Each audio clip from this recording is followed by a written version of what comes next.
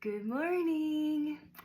Well, when I make my videos, you're getting my hardcore study time.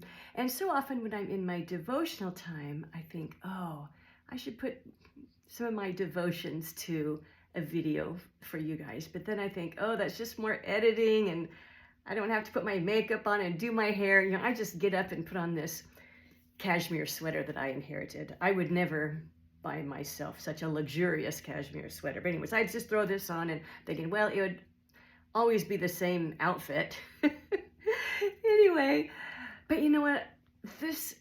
So many of them are just so good when I'm with my Lord. He shows me things that I thought, all right, I'm gonna put this one in a devotional. But listen to this. It's out of Proverbs 19, verse 7. It says, all the brothers of a poor man hate him. How much more do his friends go far from him?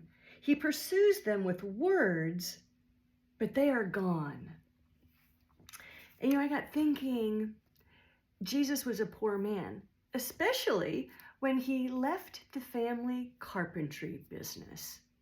He was the firstborn, and he was no doubt involved in the carpentry business, and he had more responsibility as the firstborn. So when he was baptized by John in the Jordan River and then was led into the wilderness for 40 days and then entered the ministry, he basically would have checked out of the family business. And I started thinking about his family life and his brothers and how upsetting that must have been for them. And, they probably were a little bit envious of him. We see also where Joseph, his brothers, were envious and jealous of him and didn't like him. We see David, when he was anointed as a young shepherd boy, we definitely got the clue that his brothers didn't think very highly of him. But so too with Jesus. And so here's Jesus. He just checks out of the family business. They don't know when he's coming back. Now they've got the responsibility, and they've probably got orders coming in and tools, and running a business was probably very similar to how it is now. They didn't know when he was coming back, and he wasn't deriving an income for himself or contributing to the family's income, and so that had to make him kind of upset. And then imagine when they find out, it says in Luke chapter 8 that some of the women were contributing to his ministry.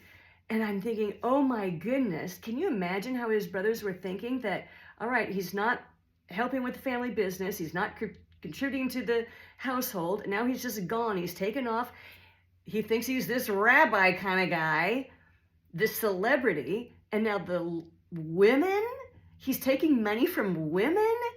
I mean, you can see how embarrassing that must have been. And then even his friends start talking about him. What is up with Yeshua? Why isn't he hanging out and at home anymore? He's got this big following. And anyways, you can just kind of imagine how his peers, his age group, his brothers may not have liked him very much. And then this started manifesting, this festering, so to speak.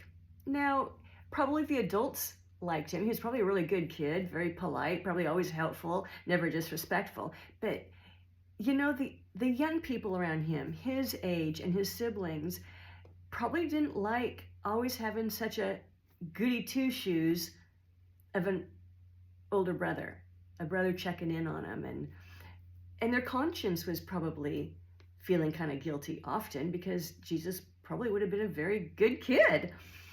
Okay, so it says here in Proverbs 19, though, that he pursued them with words. So think of this for a minute. Here is Yeshua, Jesus, who is God, who is the Word of God, and he's pursuing them with words. And they don't want to listen.